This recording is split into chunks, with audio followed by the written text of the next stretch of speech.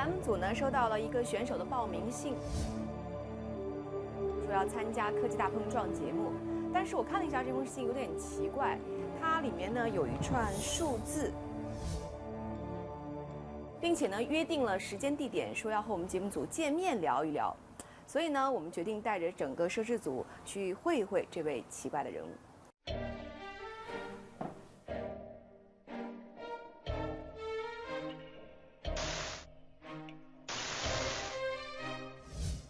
有人吗？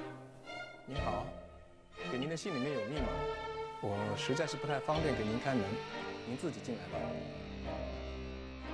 您好，打扰了。您好，您好。您好，您请坐。这神秘人究竟是谁呢？科技大碰撞第11集《动感传奇》正在播出。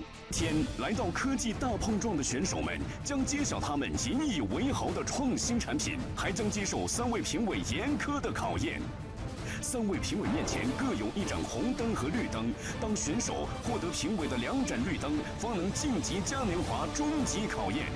进入节目终极嘉年华的选手将分享由湾谷科技园提供的总计1万平米、2年免费使用的办公空间。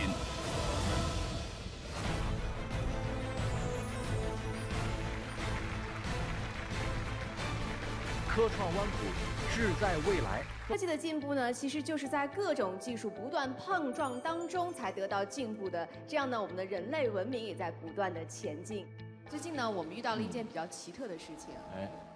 有一个选手呢发来一封快递，说要参加我们的节目，要让我们在这个约定的时间和地点跟他们会面聊一聊，并且还给我们了一串数字，也很奇特。搞得这么故弄玄虚的。我们刚开始有点紧张，这么奇怪的事情。后来大家经过商量啊，还是决定带着摄制组去会一会这位奇特的选手。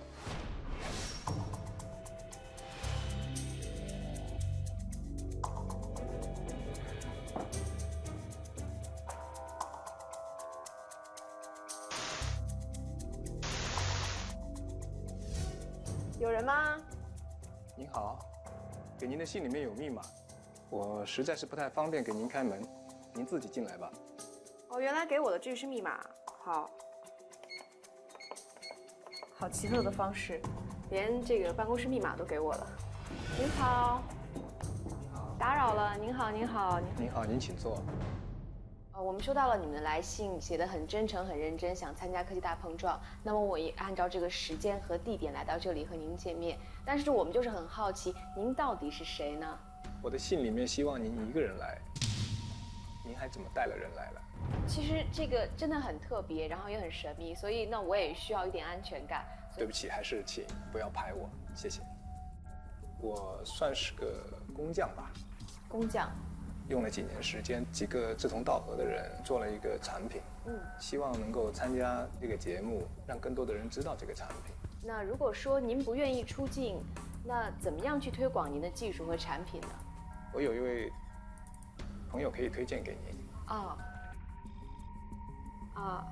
李爽，李总，我会说服他尽可能的配合科技大碰撞的节目。好，谢谢您的支持。我看着怎么觉得毛骨悚然的呀？我也有你真是胆大。你看着我很淡定，其实我特别紧张。他给你了一个名片，上面是谁啊？名片呢，他是推荐了这位李爽先生来参加我们的节目。让我们现在邀请昆山合材科技总裁李爽先生和生产总监李晓先生来，掌声有请2位。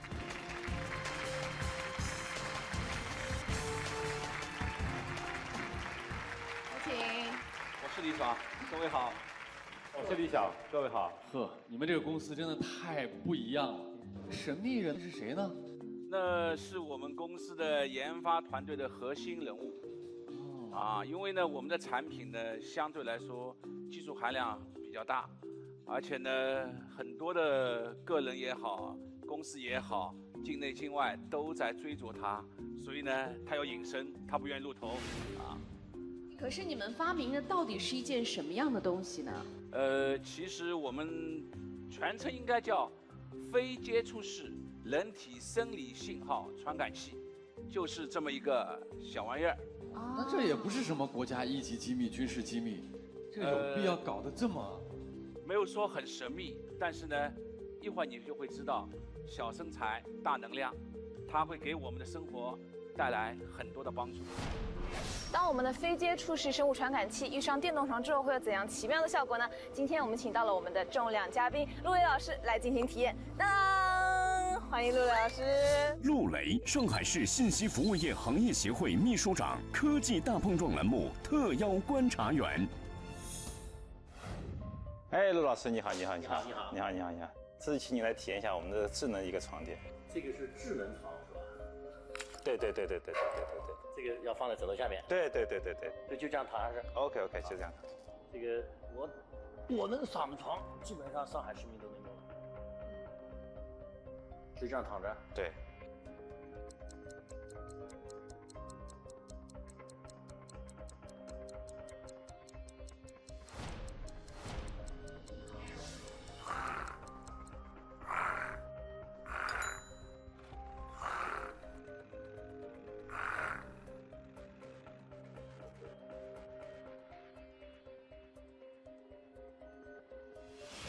陆老师，哇，睡得还好吧？刚才你已经深度睡眠了，然后呢打鼾了。这个床呢，在你打鼾的时候呢，做了一些调整。它这里抬起来了。对，就升起来了，自动升起来。它就根据我的声音来检测的是吧？对，根据打鼾时候的震动来检测的。我不知道刚才我是打鼾了是吧？打鼾，正常，人胖了容易打鼾。可以看得出来你睡得非常香，但是那样的话呢，睡眠效果会更加好。对，因为打鼾还是至少影响我老婆嘛。刚才你可能睡着了，没有体验到整个智能这么一个过程。现在你可以再躺上去，模拟的打鼾，看一下这个床怎么样体现一个智能的这么一个动作的。那么你现在是抬着的？我现在可以把它先放下去。好，你先放下去，我躺上去。哎呀，好，让我要模拟一下。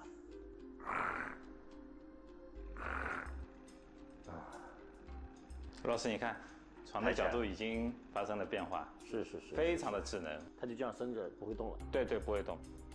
那我轻点打，它是不是会放回去呢？我来试试看啊。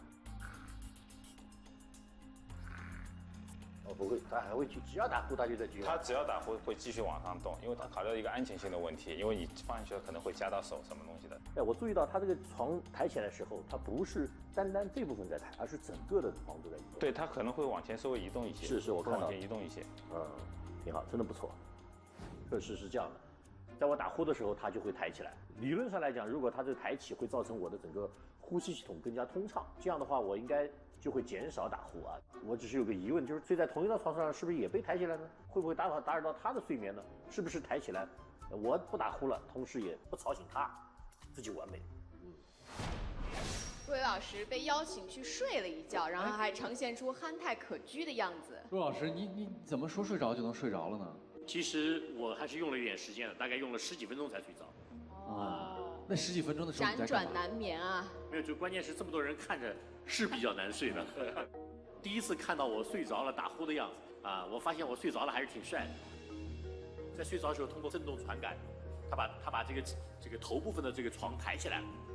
抬起来以后呢，让我的呼吸道更通畅了。我是醒了以后才发现抬起来，而且是抬起来以后就不打了，是吧？现场的老师有没有遇到过这种？这个打鼾问题啊，这是一个现在目前医学界最主要、非常关注的一个核心问题之一。实际上，长期打鼾超过8000次，目前1/3的心血管病的主要的这些问题的元素之一。那么怎么治打鼾呢？现在有多种方法。那么现在目前有的方法呢，就是一种是枕头晃一晃，这是一种方法。还有一种呢，用激光在你耳朵里头稍微点击一下。然后有一点震动，就像这个老婆踢了你一脚一样的耳朵震动一下。所以现在有不同的那种打鼾的这种治疗的干扰的方法，不同的干扰方法。刚才说床垫抬一抬，这个是比较原始的模式，就是床垫不是我们家的，我们只是给前置安装我们提供了一个设备，我们负责采集信息，抓到他打鼾的那个次数了，回过头来那个打鼾次数呢就会启动它的那个电动床的那个电动的功能，然后呢，它会设计模式让它抬起来，是这样子来做的。而且实际上也不科学。那么生理传感器，我相信它检测到打鼾的次数是应该是问题不大的。那么如疗治和打鼾现在还是一个比较科学的难题。打鼾的原因也可能是温度环境不太对了，也许太冷，也许太热，很多种原因。就说单一的传感器，你可能都解决不了这个问题。它有很多的参数，好几个参数。但是非常想提醒大家，一个长期监测的稳定的一个参数，而不是简单的绝对值。就这个传感器一定要非常非常稳定，在各种情况下它都能测出来。我们也看了好几家这种公司，最后一直还没有投进去，就是还没有找到一个特别科学的一种方式。这是你们的挑战。我想讲两句啊，就是说，可能在场的所有人里边，唯一一个我是亲身体验过的。我想站在一个消费者的立场来说一句，而不是投资人的立场来说一句。李总，给我留一台床，谢谢。没问题。最关键的一点，因为我们的传感的技术的不同，所以我们这个产品的精度是非常大的，它的准确率误差应该小于5%。说精度更高，那这个怎么来验证呢 ？OK， 没有问题。我们今天把我们设备都带过来了，可以在现场就及时的做一个测试，来验证一下我们的这个精度。怎么测试？我要还原一个真实的睡眠的状况，我们需要个床。看看现场哪一位的嘉宾有兴趣，可以参与一下我们的这个测试活动。陶冲老师总是第一个举手，来，请入席。评委陶闯对李爽的非接触式生理传感器提出了强烈的质疑。为了证明自己的产品，李爽决定就人体心率这一参数进行精度测试。为此，他还特意请来了和睦家医院的洪医生，并带来了一套专业的心率监护仪。那么，非接触式生理传感器与专业心率监护仪之间的这场 PK， 能否让陶闯回心转意呢？我们先进行这个传统医院专业的仪器的测量。当这么多人上床第一次啊！他先测我的心率对吧？你这是。心电监护仪上显示的，他的心率是85下。看来有点紧张啊！对，这个躺一会儿应该就会下来。好，那现在有一些数据出来，洪医生帮我们解读一下。他的心率是88下左右，每分钟88次左右。这个数据跟您平常这个监测的数据觉得怎么样？差不多吧？心率好像有点高，是不是因为看了这么多人我躺在这儿，正常心率应该没那么高？现在洪医生已经监测了陶老师的心率，那么现在我们生理传感器是不是也要上同时监测？可以啊 ，OK， 没有任何问题。好，我们同时2组仪器同时进行测试啊，这样一个对比就能够比较客观跟准确。那现在陶老师需要做什么呢？陶老师只要静躺就可以，静躺，他安心就行。需要耐心等几分钟，因为它有数据要采集。这个需要多长时间就可以呈现结果？稍等，我们数据马上就会出来。我们看陶总现在的这个心率是90次左右，平了，略有升高。啊，怎么成一条平的了？哦，动了，别紧张，别紧张。陶老师还好吧？还好。啊，现在正常了，数值恢复正常。现在是您报一下，现在心率是74次。我现在是70，现在71又上去了。你那个刷新速度跟网速有关吗？可能会有点关系，因为我们交换数据不像它这么及时，它是有限的，因为我们是无线的连接，会有点延时。我现在是77，这个算误差吗？正常人的心率是随呼吸会有轻微的变动的。73现在这边。现在是对，往上走了。我们这个是实时监测的。现在已经81了，我看到。基本上可以得出一个小小的结论了。这边的这个医疗的专业设备的读数啊，要稍微大一点，稳定在76到80左右。对，这边稳定在70到73左右。我不知道这叫误差还是叫不同。二位你们怎么看？雷鸣。说实话，我认为这应该是一个误差，但是呢，2个机器测出来的心率变化曲线应该是一致的。当这个专业级的机器那个心率上升的时候，这个手机上显示的数值也在上升，曲线一致。这10%的误差是不是大了一些？尤其是在医疗级的时候，这10%，你说差个1点2点可能可以，差个10%可能会不会？而且尤其是如果是在比较危急的时候，你差10%，实际上面是相差挺大的。如果咱们现在请陶总啊躺在那床上，浑身上下的肌肉瞬间紧绷，坚持个20秒，咱们看看两边的心率变化。哎，这个主意不错，瞬间紧绷。我们现在坚持20秒。我们现在测一下看看。来紧张一下，紧张的情绪，看一下有没有变化。我们看看现在的读数怎么样。心态太好了，没有变化，现在75。这边72。72。啊，是这样的。70多，你们解释一下这个技术上的问题。今天这么一个床套，因为它下面是软的，所以它测的那个力啊，会给下面的弹簧给分解掉了。如果是在我们家里的一种环境下呢，下面是一个席梦思，它是有一定承托力的，比这会好很多。弹簧床会影响了它的效果。对，这个弹簧床会有点影响。如果下面是块板的话，或者相对来说承托力是个平面的话，就会好很多。所以这是不是意味着买你们的设备的时候，你们会搭配一个套餐？买设备你得再买你们家的床？这个完全不必，因为正常的家庭的床的那个环境都已经能够满足需求了。对。因为今天我们是测试嘛，所以用的是一个折叠床，它相对来说大多数家庭是不会使用折叠床来睡觉的。所以你这个产品呢，其实它没有一个承托力在下面，有蛮多的这个先决条件，所以就作为医学治疗的话，只能是作为一个参考，不能是作为一个唯一的依据。那肯定是对。但医学呢，我们来看啊，我这个稍微一动，这个马上就厘米就反应了。好，谢谢陶总，我们这趴先体验到这儿，谢谢。这个第一次是当这么多人上床啊。刚才大家可以注意到，第一，我们医疗型的这种东西，这个东西实际上呢非常不错，很精准，就适合病人来检测啊。它这款呢确实可以去监测在睡眠状态下的你的心跳。我认为呢，主要是通过震动来接收信号的。那么人的最主要震动就是呼吸，还有翻滚。但是如果两个人躺在床上，他可能就乱了。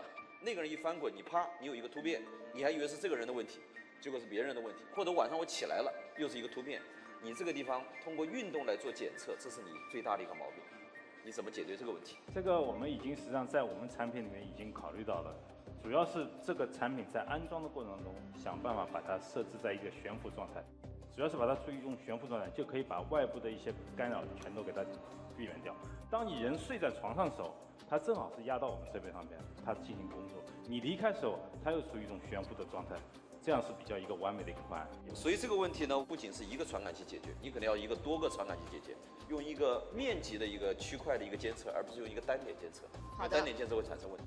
那么现在大家知道用手机可以检测你心跳，有叫 Heart Rate， 有一个 APP 非常火，你就把你的手指放到你的摄像那个 APP 的摄像头上面一按，你的心跳也测出来了。那么现在还有一种很牛的测心跳的水平，什么东西？我就给你照相，用摄像头看你的脸部的表情，也能测心跳。这些技术我们都看过了。好，谢谢陶总。对，我们看到很多人都戴这个智能手环，可以监测心率。那你们这个跟它有什么差别呢？首先第一点呢，差别在于呢，它的传感的原理不一样啊，这中间它有一个一定的技术的不同点。第二个来讲的话呢，就所有的穿戴式的传感设备，它需要穿戴身上你才能测到。我们希望我们的产品能够给我们的客户能优雅的生活，他没有感知的生活，这是很重要的。试想一下，没有一个人或一天24小时带着一个穿戴设备去测吧。玄虚在前，必须精彩在后，对吗？全世界都在追我们这 CTO 吧，不就是那个核心的那个技术总监嘛？我们这 CTO 这脸啊，千万不能让光照着，你必须一人来啊，这就属于玄虚在前。让这两个玄虚在前的科技创业者呀，怎么下场是吧？好像是井底之蛙呀，然后彻底做不到精彩在后了，弄得我不得不给个红灯。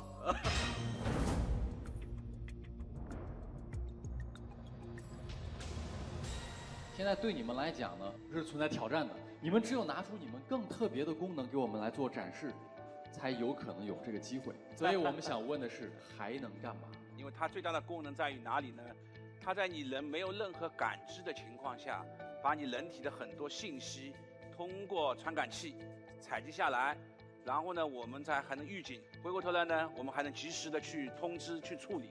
这样的话呢，家里没有亲人陪伴的老人以及孩子等等，都可以得到有效的照顾。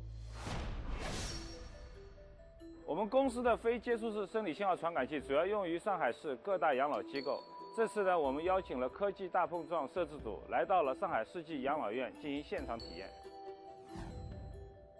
你好，打扰一下。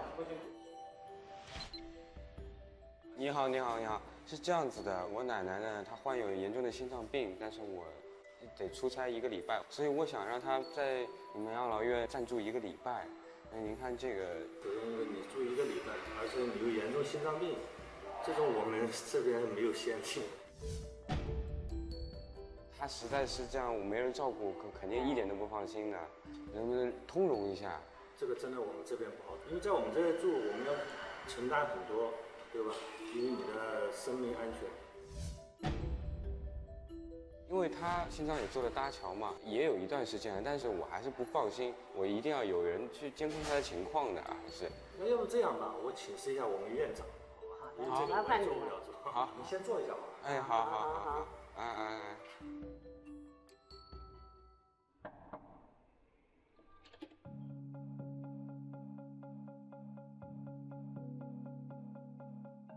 你好，院长。女士你好。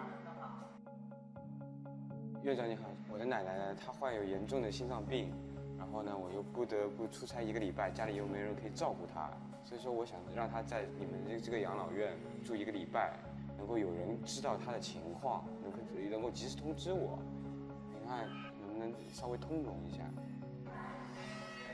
那不收嘛，看在她孙子很孝顺的份上，那么我们就给她安排吧，解决一下。我谢谢你，麻烦你了。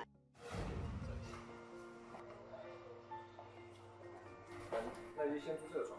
住这个床是吗？谢谢啊。啊，你慢点，先坐下来啊。哎，我们在田阿婆的床位上安装上这个传感器。那我们导演组呢，也在田阿婆的房间里安装这个 GoPro。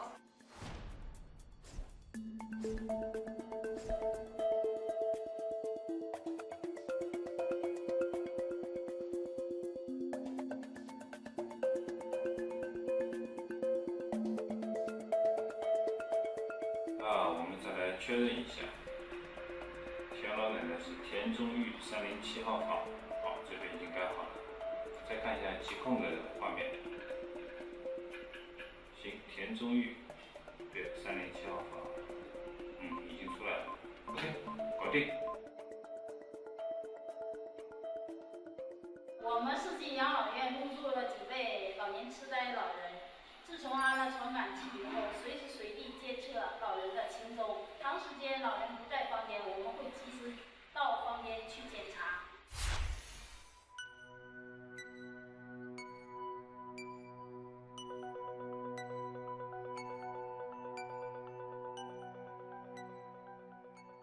你们那个按那个仪器啊，就呼救仪器，实际上是在那个窗口。能监测到他的。对啊。完了，他离开那个中心位置，他就监测不到他。意外到实际上他自己本人他没法去按那个报警。对。所以这个是报警的一个局限性在这个地方。你说这样式的吧，你说咋的？要监测的话，那你说我们人就得有值班的，24小时值班。那你可以有个疾控的，或者再配2、3个助手就可以了。那这样的话呢，就是老人一起来，他跳一个提醒，一看谁离床了，我们上去看一下。现在又有一个老人家离床。哟，不对了。哎呀，那个田中玉老人怎么心率这么快了？才60几，刚刚开始是吧？你可以点进去看一下，你要看那个后面。上。哦哟，哇！哇，这个还是我们有没有必要现在去看一下？你看。哦，真的有。他是离床完以后。这是哪个老人呢？那个307的。我们赶紧去看一下，他心率真的蛮不正常的。对，行。明显上去了。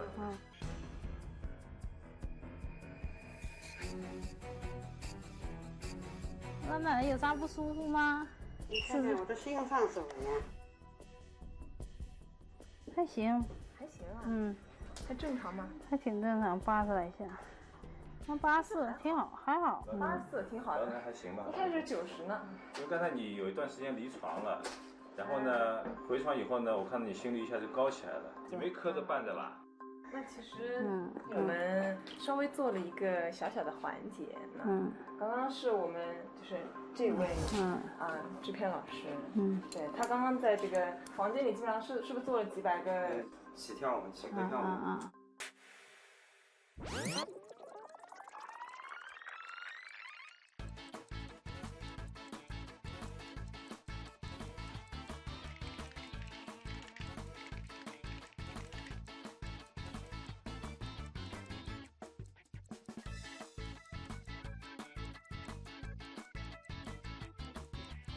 当时你躺在床边，康老师在那玩，一直这样。对，你这是刷新我们的仪器呢，就是测验这个你们的仪器，它灵不灵敏？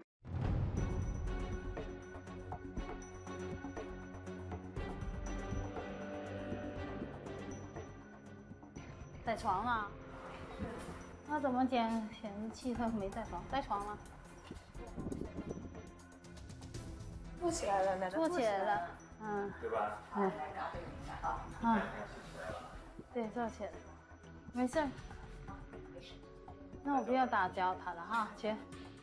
虽然是虚惊一场了，但是这个测试真的非常。对，设备也给力。今天我们的测试圆满成功。科技大爆炸，我们来啦！正如刚才比赛里面所呈现的，这位田奶奶前面的正常性在70左右。那么在我们整个后台监控的过程当中，那么因为是做了这么一个小小的测试，在我们后台一下子看到心率降到80。那如果说真实的我们生活环境中发生的情况，我们就可以提前的去干预，去发现，这是我们产品的价值的所在。我想值得强调的是，他们这的产品重点在于发现和预防。讲到养老院，那你的商业模式是什么？你到底是卖的设备，还是给养老院提供这个服务？你如果卖的设备，养老院这个市场我估计这个市场也不会太大。给你一个商业模式你就解决了。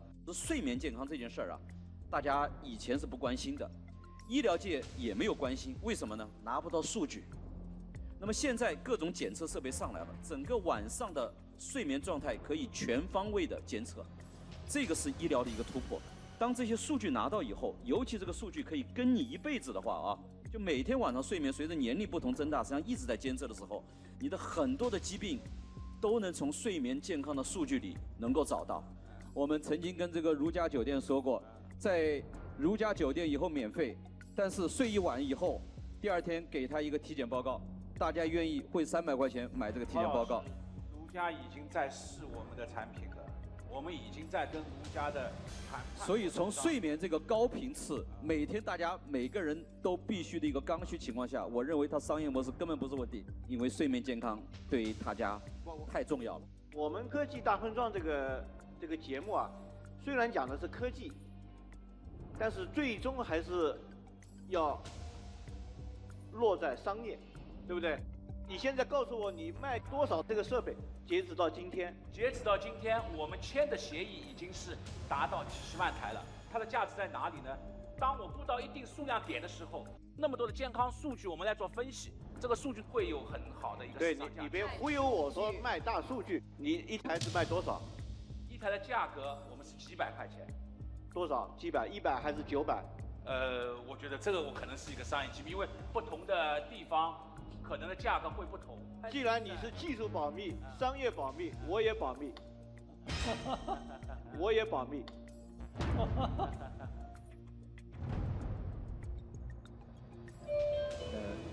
有点遗憾，没能通过。陶总，你最后那一票，我这个票呢，可能都不太重要了啊。我刚想说这一票很重要，这一票对他们俩不重要，对陶总很重要。您前头那一番话，让你一个一个都只能亮了红灯，你怎么着你最后给个绿的嘛？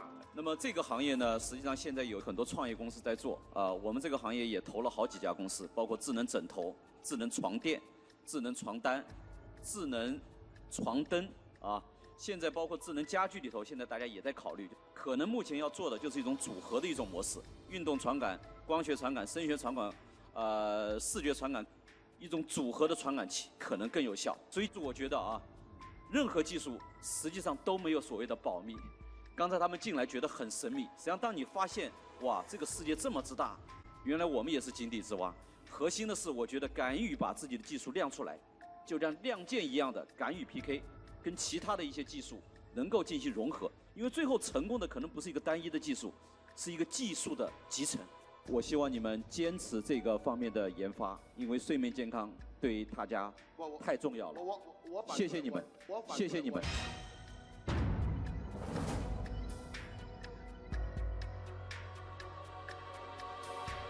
今天这个3个评委都给的是红灯，我觉得其实对于一个科技产品来讲的话呢，这个某种程度上有些残酷啊。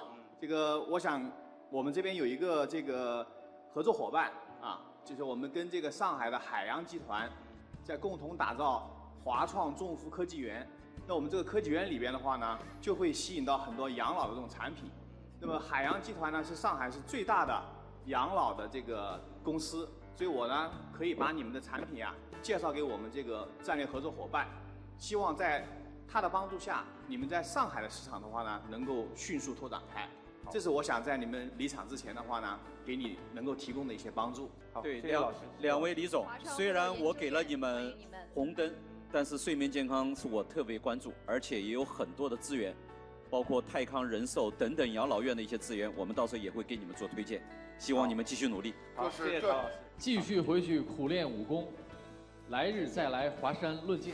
下面呢就来请出下面我们的选手登场，体感皮影戏的王庆，掌声欢迎。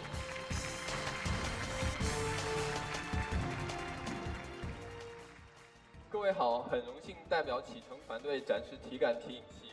我叫王庆，我叫曾瑶，我们是同学。咱们这个说是体感皮影戏吧，它跟我们传统的那个有什么不一样？不一样的就是我们会利用高科技的红外感知设备去捕捉您的动作，然后实时的呈现在屏幕上。包括我们后期的话，在就是一些光影特效上也有自己的创新。皮影人物是我们是采取了一些扫描，还有自己设计，就是继承他们的一些人物的特色。然后在剧本上，我们也是进行了自己的进一步加工。行，那咱们就现场先来感受一下你们这个效果到底怎么样。来，我们看大屏幕。这是《西游记》中著名的孙悟空3打白骨精桥段，用皮影的方式表现出来，看起来十分活泼可爱。然而，这并不是一个传统的皮影表演，没有老艺人手持皮影人偶，只有2个年轻人手舞足蹈。体感皮影戏的表演不需要手持人偶，只要选择一个自己喜欢的人偶形象，对准红外线感光设备，人偶形象就迅速附身成功。通过 Kinect 采集来的数据，我们进行处理，然后进行反馈。不仅仅可以在表演时选择自己喜欢的人偶，在不同的表演环境中，还可以随时进行多种切换。就连皮影的制作，也无需像传统方式一样，通过制皮、画稿、镂刻等复杂的8道工序，手工雕刻3000多刀才能完成。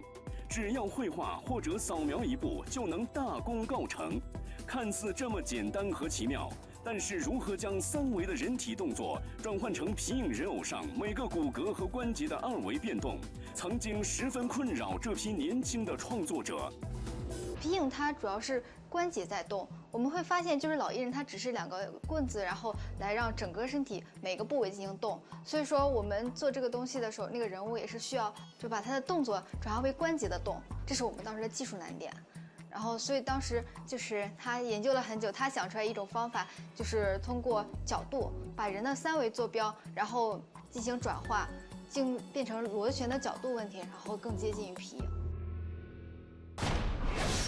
我们刚才播放 VCR 的时候呢，也上了道具。这2位王同学呢，他们想给我们现场来展示一下他们的体感皮影戏。猴哥，你看我这举重练得咋样了呀？不错，可以去参加奥运会了。哎，宝宝想去啊，但是奥运会有我这体重级别吗？我有个办法，让我给你来一套还我票票拳，帮你走上人生巅峰。嘿，死猴子，你又欺负我！好，表演完了。我们现场其实也可以体验一下，你可以来，我们给你一个这样的扮演的环节，扮演孙悟空。哎，他其实就是把后面的这个雷鸣，我觉得好像你挺适合改成。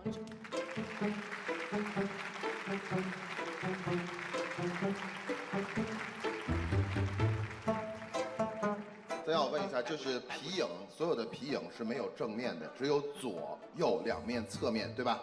对，因为是2维的。因为是2维的，所有的皮影只有侧面。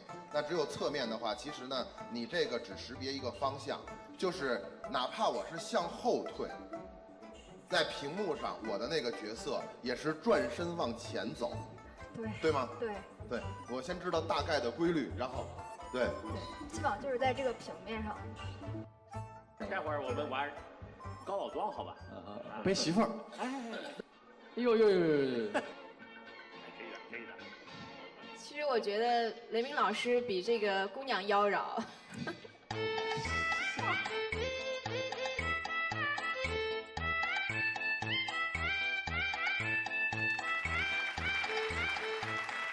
好的，谢谢雷鸣老师，谢谢。我刚才听说有人要猪八戒背媳妇儿，谁要啊？背吗？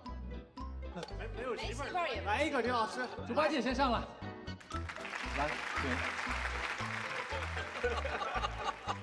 我先选择一下。在现实生活中做不到的事情，我们用皮影戏来实现，对吧？在现实生活中肯定是我演二师兄，那么今天呢，我们来个反串，我演媳妇儿，我们不演背，我们俩的第一次邂逅。二师兄，你来了吗？我们能把手伸出来。这是我们家媳妇儿吗？几日不见，这个长胖了。二师兄，你怎么瘦了？我得跑，看来这媳妇儿挺猛的。哦，现在该媳妇儿往回走了，猪八戒嘴。就是。哎，这媳妇儿动静可真大。两个人相处的时间虽然短，但是两个人已经迸发出了各种火花。握个手，别举耙子，这让你亲一下的意思。你看，这是标准的文手礼前节奏，对吧？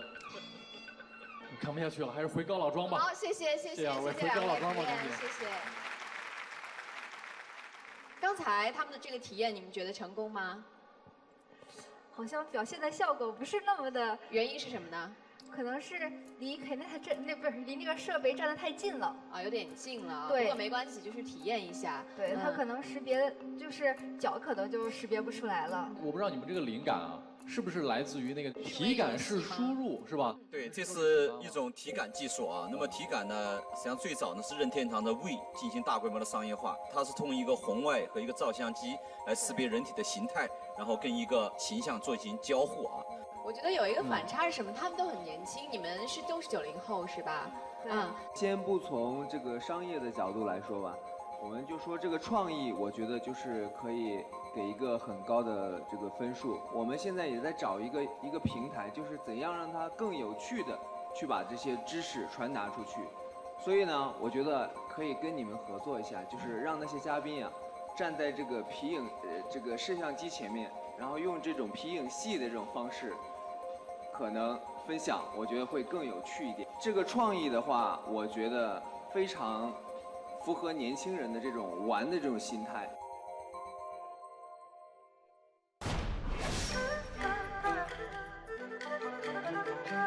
坐落在热闹的七宝老街附近的这个皮影戏博物馆，正是催生出体感皮影戏的源头。一面是热闹的老街人流，一面是落寞的传统表演形式，强烈的对比让这几位社会实践的大学生心生感慨。皮影呢，首先它一方面它确实是我们民族文化的瑰宝嘛，可能是由于我们现在一些电影、一些新的媒体手段的冲击，就导致大家对它的接触是更少了。我自己也是有一份就责任感吧，等于是就觉得可能就这些非物质文化遗产现在也确实是面临着失传的窘境。然后希望自己能够出一份力，我们自己也会去思考怎样去就结合自己目前所能够掌握的手段，去让它更好的去弘扬下去。为了了解传统皮影的工艺特点，解决体感动作和皮影操作的接轨问题，同学们一次次往博物馆跑，一次次向老艺人们请教学习。渐渐的，这个创意一点点丰满成型，最终展现在大家面前。用古老的七宝皮影，用现代的方法来表演出来，这是一种形式，非常好。从七宝皮影呢各有特点。那你们为什么会对这样一个古老的中国的民间艺术产生兴趣呢？其实我们是先有这个创意，然后才想到用微软的这个设备来帮我们实现出来。我们有一次去七宝玩，然后那边有一个皮影艺术馆，然后就去那边参观以后，就看到那个皮影戏以后，就发现，哎，皮影我们已经好久没有接触到了。然后那些老先生也说，哎，这个已经有点失传了。失传了。因为微软的这个设备虽然说能把人的动作识别出来，但是其实跟皮影识别还是有一定的差距的。毕竟皮影它是靠关节来动，我们会发现皮影老艺人是拿了一个棍子，然后他们进行就是让关节在动，对。但是我们这设备呢，也是通过识别关节，然后把这些给体现皮影这个特色。可是你把前面那些传统的技艺的那些步骤可能都省略了，比如说我要选皮，那我要雕刻，还要绘画等等，这些艺术程序就没有了。对，这个过程其实很漫长的。你们有没有跟那些老皮影艺人交流过？他就反映是，首先就是他们现在是继承人确实是比较匮乏的，因为很多年轻人就是完全对皮影没有任何兴趣的。我们是希望就通过我们的体感皮影来更好的就唤起大家对皮影的认知，通过建立一个皮影人物的数字库来更好的保护我们皮影的传统文化。那你们其实就是想把这个皮影戏更接地气的推到现实生活中来，让更多的人去了解它，是吗？对。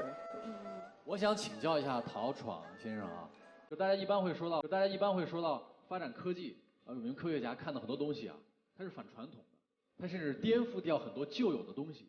但是这个项目用了体感这个技术，这个技术是新的，但是皮影本身又是可能不被年轻人所接受，又是蛮传统的一个东西。这二者能够很好的有机结合吗？能够兼容吗？你觉得？首先啊，这个创意我觉得是非常有意思，确实把中国一个传统艺术的一个东西跟一个现代的一个交互的一套技术能够结合。科技的发展跟人文的发展永远是衔接在一起的，这样完全是分不开的。就是我们对科技的欣赏，或者说对一个价值的体现，最后是靠人文的价值体现。人文价值观决定了社会的消费观，而社会消费观最终决定的是一个商业模式。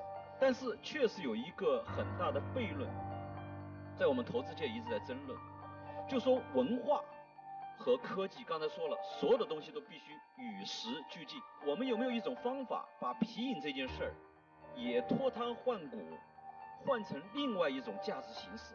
可能是一种新的形式。皮影之所以今天大家不喜欢，是因为它太老，并不是皮影本身的艺术表现形式有问题，而是它的角色和故事都太老了。我们今天看到你还是二师兄和大师兄，我们能不能有海贼王？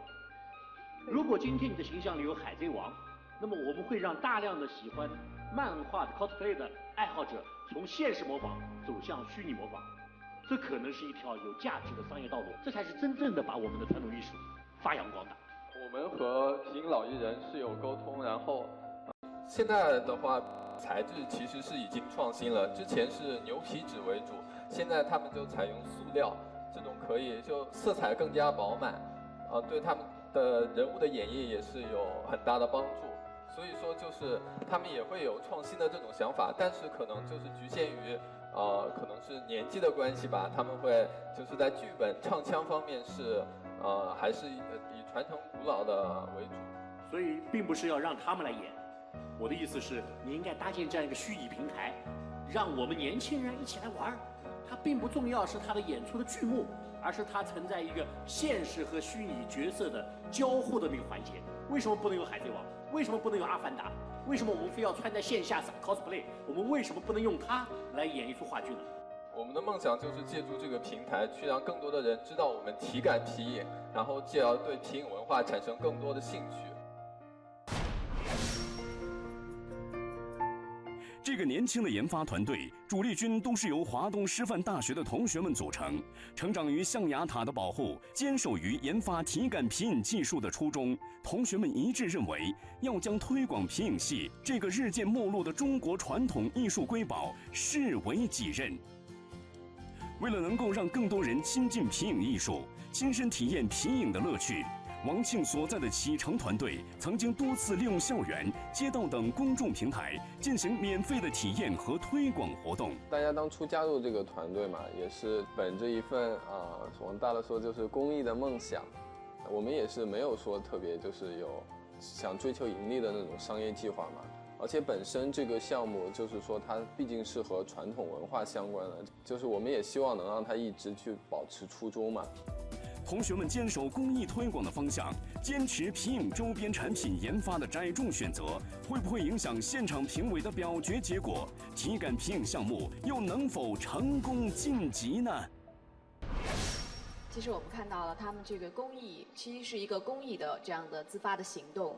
您看我们团队的名字为什么叫启程呢？其实是启数字皮影之先，承民族遗产之魂的意思。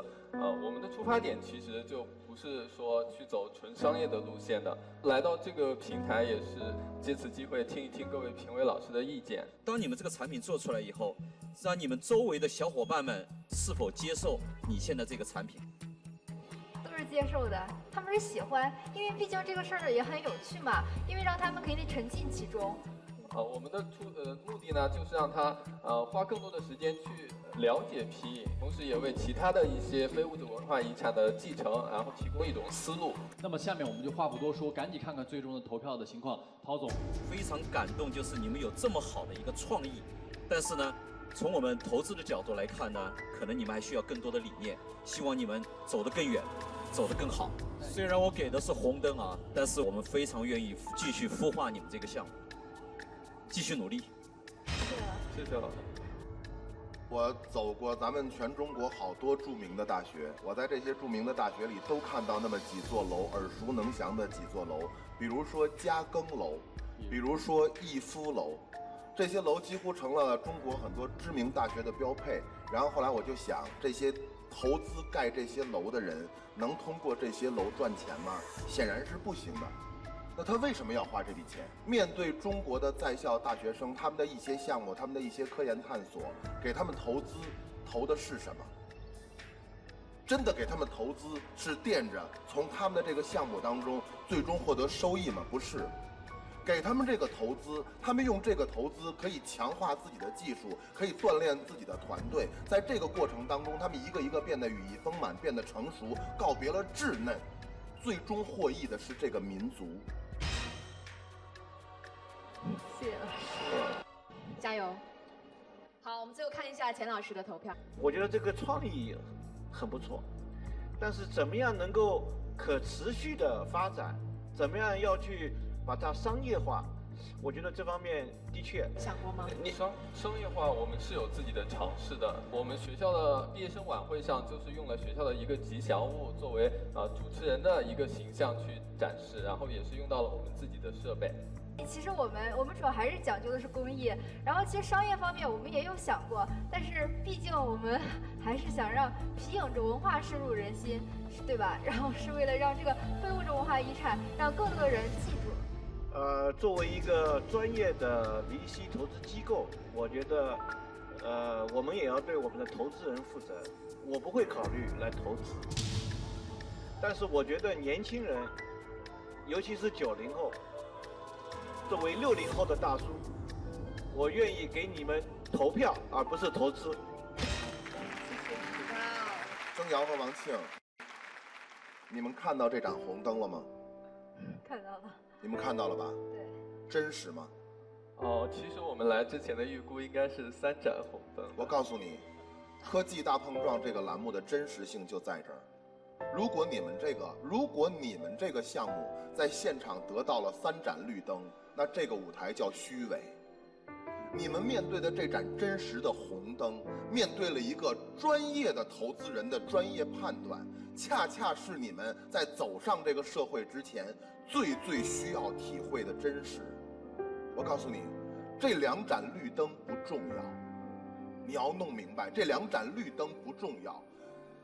廉价的善良到处都是，但是我告诉你，负责任的真实是这盏红灯给你们的，这才很重要。你们应该好好谢谢陶老师。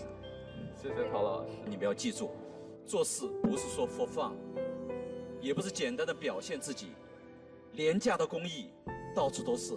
我相信今天在座的所有人都希望奉献一份公益的心，但是这是社会，社会是需要一个产生价值，而且需要持续去价值的一个机会，不是说我们今天举着皮影2个字，号召所有的人，哎呀，大家今天一来看皮影，这个没有用。